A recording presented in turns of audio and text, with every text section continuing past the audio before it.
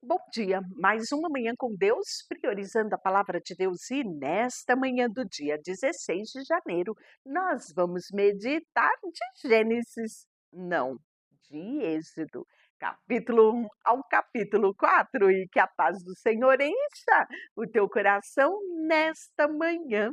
Hoje nós iniciamos um novo livro da Bíblia. Isso mesmo, o livro de Êxodo, que tem 40 capítulos e foi escrito por Moisés. Então, agora estamos lendo o segundo livro do Pentateuco. Para o judeu, é a Torá, os livros da lei. Isso mesmo. Aqui sempre eu vou pontuar essa classificação da Bíblia, né? Então, este livro foi escrito por Moisés e nós vamos ver partes muito importantes aqui nesse livro e temos aqui o nosso mapa. Eu sempre faço o print dele e deixo lá no Instagram e no Facebook para que você olhe e tenha uma visão panorâmica, né, do nosso livro que nós vamos caminhar nos próximos dias. Então, nós temos dois personagens aqui centrais, né, principais, vamos assim dizer, que é a figura de Moisés, né, e a figura de Arão, o seu irmão. Claro que teremos muitos outros aqui, mas esses dois têm maior destaque. Nós vamos ter também os 10 mandamentos aqui registrado no livro de Êxodo. E nós vamos também ver que o propósito deste livro é confirmar, né, a autoridade, a liderança de Moisés, a aliança da lei, bem como as regras que começam a ser escritas aqui, por exemplo, a respeito da adoração. Nós vamos também ver um tema muito centrado aqui, é a libertação da escravidão, né? Levando este povo para uma terra prometida, uma terra que foi prometida aos ancestrais. Estamos falando de Abraão, Isaque e Jacó. E você que está aqui caminhando comigo, viu que no livro de Gênesis o povo estava, né? A família de José, Israel, estava já em Canaã, mas uma fome terrível fez eles descerem para o Egito. E lá a coisa foi tão boa que eles se acomodaram. E você vai perceber que ficaram muito tempo, mas cresceram-se num número, né, que trouxe ali os ciúmes do egípcio. Então, aqui nós vamos ver a figura de Moisés, né, como uma sombra. Como Moisés vai ser o mediador entre Deus e o povo, nós temos uma sombra daquilo que teremos, né, no Novo Testamento, que é a figura de Jesus Cristo como mediador entre Deus e o homem. E assim você já percebeu, né? Quanta coisa boa teremos aqui na nossa jornada do Êxodo. Eu já vou pedir para você dar aquele like, aquele joinha que ajuda muito o canal, né? Eu tenho recebido muitos comentários, amo receber os comentários, respondo sim os comentários, você pode deixar aqui, né, a sua mensagem e vai compartilhando já com o grupo da família, dos amigos, né, da igreja. Compartilhe esse vídeo, nos ajude a propagar a palavra de Deus. Você se torna um missionário juntamente comigo todas as vezes que você compartilha esse vídeo. E eu quero te convidar para se inscrever. Se já é inscrito, convide mais um. Diga para ele, é possível sim ler a Bíblia em um ano. É de uma forma tranquila, leve, ou seja, quem ler a Bíblia descobre que isto é um estilo de vida. E não dá para abrir mão disso, não é? Porque é sim um cuidado com o nosso espírito, mas também com a nossa alma. E todos os dias podemos usufruir desse tempo de qualidade. Então, sem maiores delongas, vamos para o capítulo 1, que estes são os nomes dos israelitas que entraram no Egito com Jacó, cada um com a sua família. Então, aqui vamos ter a citação dos filhos de Jacó, Israel, Rúben, Simeão, Levi, Judá, Issacar, Zebulon, Benjamim, Dan, Naphtali, Gade, Assé. Todos os descendentes de Jacó eram 70. E aí você sabe que agregou-se aqui Manassés e Efraim, que eram os 2 filhos que José teve lá no Egito, né? Antes da chegada do seu pai. E José, porém, já estava no Egito, e José morreu, e também todos os seus irmãos e toda aquela geração. E os israelitas se reproduziram, aumentaram muito, multiplicaram-se e tornaram muito fortes e encheram a terra. Então, um novo rei não havia conhecido José. Levantou-se ele sobre o Egito e o povo disse: o povo de Israel é mais numeroso, é mais forte do que nós. Vamos agir com astúcia para que ele não se multiplique e aconteça que, caso venha a guerra, eles se unam aos nossos inimigos e lute contra nós e vá embora dessa terra. Por isso, colocaram feitores sobre eles. Em outras versões, capatazes, para oprimi-los com trabalhos forçados. Assim, os israelitas construíram para Faraó cidades de armazém, a cidade de Pitom, de Ramsés, foram feitas pelos israelitas que eram escravos. Todavia, quanto mais os egípcios oprimia o povo de Israel, mais este se multiplicava e se espalhava, de maneira que os egípcios ficaram com medo deles. Isso mesmo. Por isso os egípcios escravizavam os israelitas com mais rigor e mais lhe amarguravam a vida, com serviços pesados, com barro e com tijolos e todo tipo de trabalho do campo, enfim, com todo o serviço que era forçado a fazer. E o rei do Egito falou às parteiras das hebreias, da quais uma chamava Cifra e a outra Puá.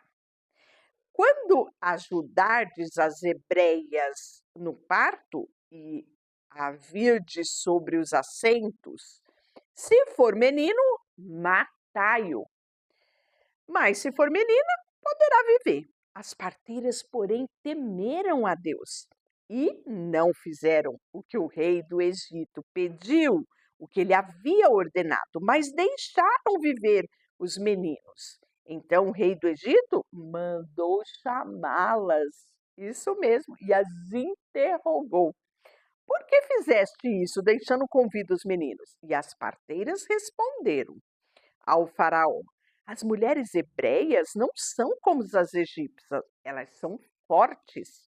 Antes que as parteiras cheguem, já deram à luz. Por isso, Deus foi bom para com as parteiras e o povo aumentou e se fortaleceu muito. Como as parteiras temeram a Deus, ele permitiu que tivessem as suas próprias famílias. E é esse texto que nós vamos meditar hoje no nosso versículo do dia. Se você ainda não tem o devocional, você pode acompanhar. Esse conteúdo está sendo disponibilizado lá no Shot. Todos os dias nós falamos o versículo do dia, meditamos sobre ele, não é? Porque é um plus a mais na nossa leitura bíblica. E o capítulo 2, o finalzinho do capítulo 1 é uma ordem de Faraó. Faraó ordenou a todo o seu povo: lançai no rio todos os meninos que nascerem, mas deixai viver todas as meninas. Pois bem, um homem da linhagem de Levi casou-se com uma descendente de Levi. A mulher engravidou e deu à luz a um filho, e vendo que era bonito, escondeu por 3 meses. Não podendo, pois, escondê-lo por mais tempo, pegou um cesto de junco, revestiu de betume e piche, então, pondo nele o menino, colocou entre os juncos nas margens do rio. Olha que extraordinário, não é? ela não está desobedecendo ao faraó. Por quê? Porque o faraó disse, ordenou que todo o povo lançai no rio todos os meninos. Moisés não foi exceção, mas ela cuidou para que Moisés não morresse. Colocou ele no cestinho, isso mesmo. E olha o que aconteceu. Isso nos ensina muito. Quando nós fazemos a nossa parte, confiamos em Deus, Deus não falha com a parte dele. Veja só, a irmã, não podendo, porém, escondê-lo por mais tempo, pegou o cesto de junco, revestiu de betume, piche, então pôs o menino dentro dele e colocou entre os juncos à margem do rio. E a irmã do menino ficou de longe para ver o que lhe acontecia. A filha de Faraó desceu para se banhar no rio. Enquanto isso, as suas criadas passeavam à beira do rio. E ela, vendo o cesto no meio dos juncos, mandou uma criada buscá-lo e, ao abrir o cesto, viu a criança, que estava chorando, e teve compaixão dele e disse: É um menino e é filho dos hebreus. Então a irmã do menino se aproximou rapidamente e perguntou à filha de Faraó: Queres que eu vá chamar uma ama entre os hebreus para que crie esse menino para ti? E a filha de Faraó respondeu: Vai. E a moça foi, chamou quem? A mãe do menino. Pois bem, e a filha do faraó lhe disse: Leva este menino e cria-o para mim, e eu te pagarei. Pois bem, e disse mais: E a mulher levou o menino e o criou. E quando o menino já era grande, ela levou a filha de Faraó, que o adotou e lhe deu o nome de Moisés, dizendo: Porque o tirei das águas. E aconteceu que naqueles dias, sendo Moisés já homem, saiu ao encontro dos seus irmãos e viu o sofrimento deles.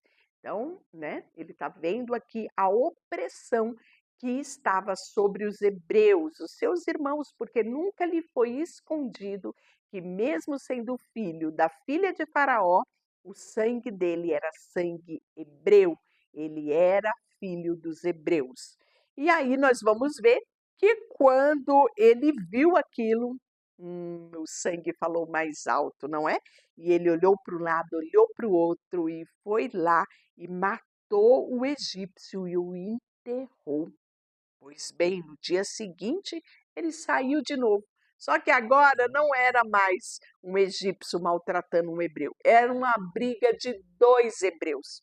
E Moisés vai tentar falar para eles o que é isso que vocês estão fazendo, mas não teve boa eh, recepção aquilo que Moisés disse, porque ele disse: Vai me matar também, como mataste o hebreu?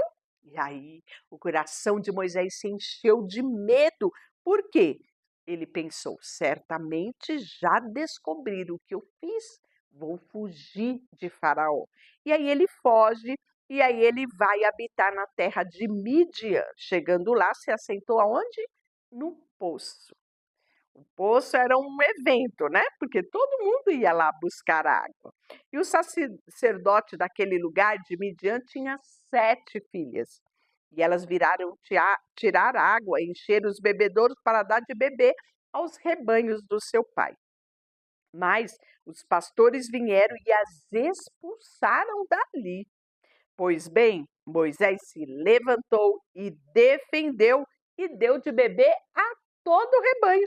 E as mulheres chegaram mais cedo em casa. E o pai perguntou: Por que voltaram cedo? E elas responderam, né? Um egípcio nos livrou dos pastores e ainda tirou água e deu de beber ao rebanho. E ele perguntou às filhas: E aonde ele está? Por que deixaste o homem lá? Chamai-o para comer? Então Moisés concordou em morar com aquele homem. E este lhe deu a sua filha em casamento, chamado Zípora. E ela deu à luz a um filho. E a quem deu o nome de Gerson, porque disse: Sou peregrino na terra estrangeira. Então, aqui mais uma vez nós estamos vendo alguém que recebeu um nome em decorrência do momento em que estava sendo vivido, um nome significativo, não é? Depois de muitos dias, o rei do Egito morreu. Os israelitas continuavam gemendo de tamanha opressão debaixo daquela escravidão. Então, clamaram e o clamor dessa escravidão subiu a Deus. Ouvindo os gemidos dele, Deus lembrou-se da aliança que fez com Abraão, Isaque e Jacó. E Deus olhou para os israelitas e viu condição que eles estavam debaixo de uma escravidão. Capítulo 3, Moisés estava cuidando do rebanho do seu sogro Jetro, sacerdote de Midian, e levou o rebanho para o outro lado, para um lugar chamado Horebe, que significa Monte de Deus. E ali o anjo lhe apareceu numa chama de fogo, numa sarça. E Moisés olhou, viu que essa sarça estava em chama, mas ela não se consumia. E ele ficou muito curioso e se aproximou, dizendo, né? Vou verificar o que é essa coisa espantosa, porque a sarça não se consome. E vendo o Senhor que ele se aproximava para ver, chamou no meio da sarça, Moisés, Moisés, e ele respondeu, estou aqui. E Deus prosseguiu, não te aproximes daqui, tira a sandália dos teus pés, porque o lugar em que estás é terra santa. E disse mais, eu sou o Deus do teu pai, o Deus de Abraão, o Deus de Isaque, o Deus de Jacó. E Moisés escondeu o rosto, pois teve medo de olhar para Deus. Então o Senhor disse, tenho visto a opressão sobre o meu povo que está no Egito. E tenho ouvido o clamor e as causas dos seus opressores, e conheço o seu sofrimento. Eu desci para livrá-los dos egípcios e levá-lo daquela terra para uma terra boa, espaçosa, uma terra que dá leite e mel, lugar do cananeu, do Eteu, do Amorreu, do Perizeu, do Eveu, do Jebuseu. Então, olha tanto de povo que estava lá povoando a terra de Canaã. O clamor dos israelitas chegou a mim. Também tenho visto a opressão que os egípcios os oprimem. Agora, portanto, vai e te enviarei a Jacó, para que tires do Egito o meu povo israelita. Então Moisés disse a Deus, quem sou eu para ir a Faraó tirar os israelitas do Egito? Deus lhe respondeu, certamente eu serei contigo, e isto será um sinal de que eu te enviei. Quando houveres tirado o meu povo do Egito, prestareis culto a Deus nesse monte Horebe. Então Moisés disse a Deus, quando eu for aos israelitas e lhe disser, o Deus dos vossos pais me enviou a vós, eles me perguntarão, qual é o nome dele? Que lhes direi? Disse Deus a Moisés, eu sou o que sou. Assim responderás aos israelitas, eu sou, me enviou a vós. E disse ainda a Moisés, assim dirás aos israelitas, o Senhor, o Deus dos teus pais, Deus de Abraão, Deus de Isaque, o Deus de Jacó, me enviou a vós. Este é o meu nome eternamente. Assim serei lembrado de geração a geração. Vai, reúne os anciões de Israel e disse-lhe o Senhor, o Deus dos vossos pais, o Deus de Abraão, de Isaque e de Jacó, apareceu-me, e certamente vos visitarei, pois tenho visto que vós tem sido feito no Egito. E digo, eu farei sair da opressão do Egito, e vos levarei para a terra dos cananeus, Eveus, Eteus, Amorreus, Perizeus, né? Eles atenderão a tua voz, e tu, os anciões de Israel, irás até o rei do Egito para dizer-lhe: o Senhor, o Deus dos Hebreus, encontrou-nos. Agora deixa-nos ir caminhar por 3 dias adentro para oferecer sacrifícios ao Senhor, o nosso Deus. Se, porém, o rei do Egito não vos deixar ir, não ser pelo poder de uma forte mão. Por isso, estenderei a mão e ferirei ao Egito com todos os prodígios que farei no meio deles. Depois disso, ele vos deixará ir e favorecerei este povo aos olhos dos egípcios, de modo que quando saíres, não sairão de mãos vazias, porque cada mulher pedirá à sua vizinha, aquela que tiver hospedada, joias, prata, ouro, também roupas, que colocareis sobre os vossos filhos, sobre as vossas filhas, assim despojareis o Egito.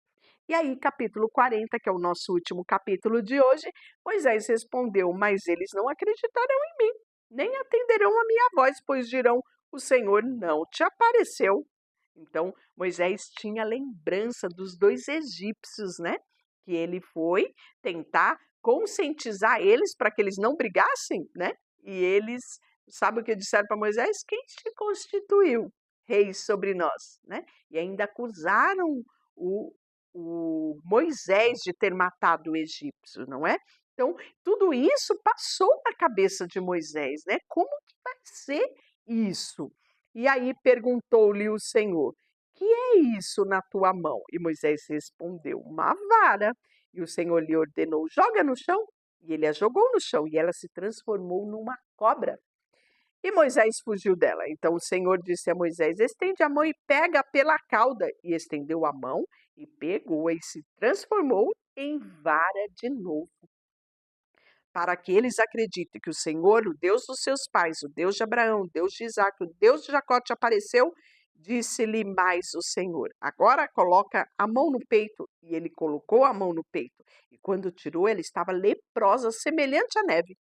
Disse-lhe ainda: Coloca a mão no peito novamente. E ele colocou a mão no peito de novo. E quando ele tirou, ela estava como o resto do seu corpo. Acontecerá que, se não acreditarem em ti, nem aceitarem o primeiro sinal, acreditarão no segundo. E se ainda não acreditarem desses dois sinais, nem atenderem a tua voz, pegarás a água do rio e derramarás sobre a terra, e a água tirada do rio transformará em sangue sobre a terra. E aí Moisés disse, né? Ah, Senhor, eu nunca fui bom orador, né? Em outras versões fala, Senhor, eu não sei falar, nem antes e nem agora. Que falastes ao teu servo, pois sou pesado de boca e pesado de língua, né? Então, quando Moisés viu que Deus estava ali aparelhando com autoridade, com tudo que ele precisava, ele, sabe, procurou de todas as formas tentar dizer para Deus: Deus, eu não sou capaz. Eu não sirvo para desempenhar este propósito, não é? Como aprendemos com Moisés, não é? Quantas desculpas damos quando é para atendermos o chamado de Deus? Pois bem, olhe só o que Deus fala. Quem fala na boca do homem?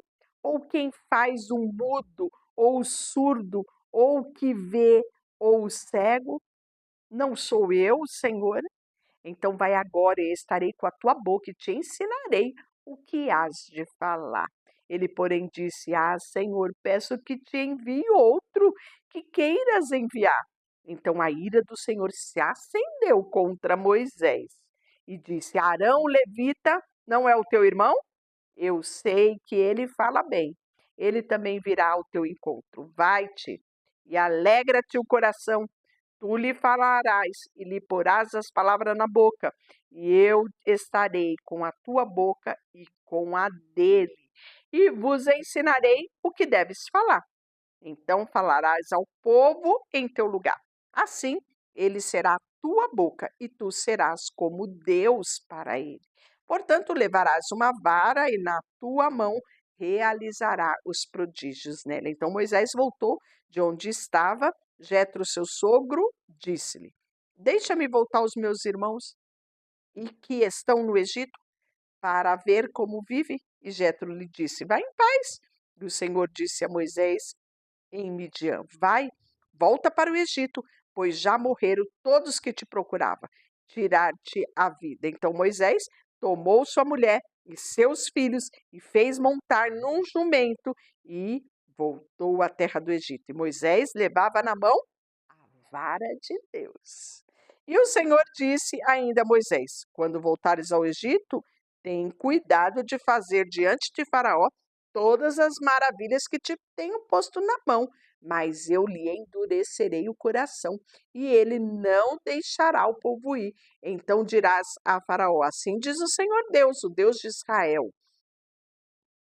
Assim dirás o Senhor: Israel é o meu filho, o meu primogênito. E eu lhe disse: deixa meu filho ir, para que me cultue, e se recusar deixá-lo, por isso matarei o seu filho primogênito.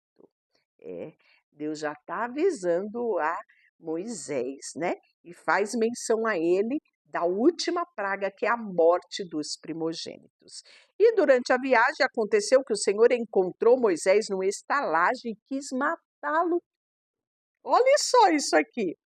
Então Zípora pegou uma faca de pedra e circuncidou o prepúcio do seu filho, lançando aos pés de Moisés. O que nos dá a entender aqui que Zípora era uma oposição à circuncisão dos seus filhos, porque a cultura dela era uma cultura diferente. Como mãe protetora, ela achava aquilo uma barbaridade, não é? Então Moisés não circuncidou seus filhos e ele não poderia chegar, né, ali no Egito como a sua descendência da forma que ele estava. Era necessário que a sua família, os seus 2 filhos, fossem circuncidados. Então, existe aqui esse momento, né, aonde a própria Zípora não vê. E quando ela percebe a situação extrema que chegou, ela mesma faz a circuncisão, né? E lança aos pés de Moisés e diz: tu és para mim o marido sanguinário. Ela não entendia aquele costume, aquela cultura, pois ela não pertencia aos hebreus. O Senhor então o deixou e ela disse: marido sanguinário, por causa da circuncisão. E o Senhor disse a Arão: vai ao deserto ao encontro de Moisés. E ele foi e encontrou no monte de Deus e o cumprimentou com um beijo. E Moisés relatou a Arão todas as palavras do Senhor e o que o enviara e todos os sinais que mandara realizar. Então Moisés e Arão foram e reuniram todos os anciões dos israelitas, e Arão falou todas as palavras que o Senhor disse a Moisés, e este realizou sinais diante do povo, e o povo acreditou. Quando todos reuniram que o Senhor havia visitado os israelitas e que tinha visto a sua opressão, inclinaram-se e adoraram. Deixa eu orar por você.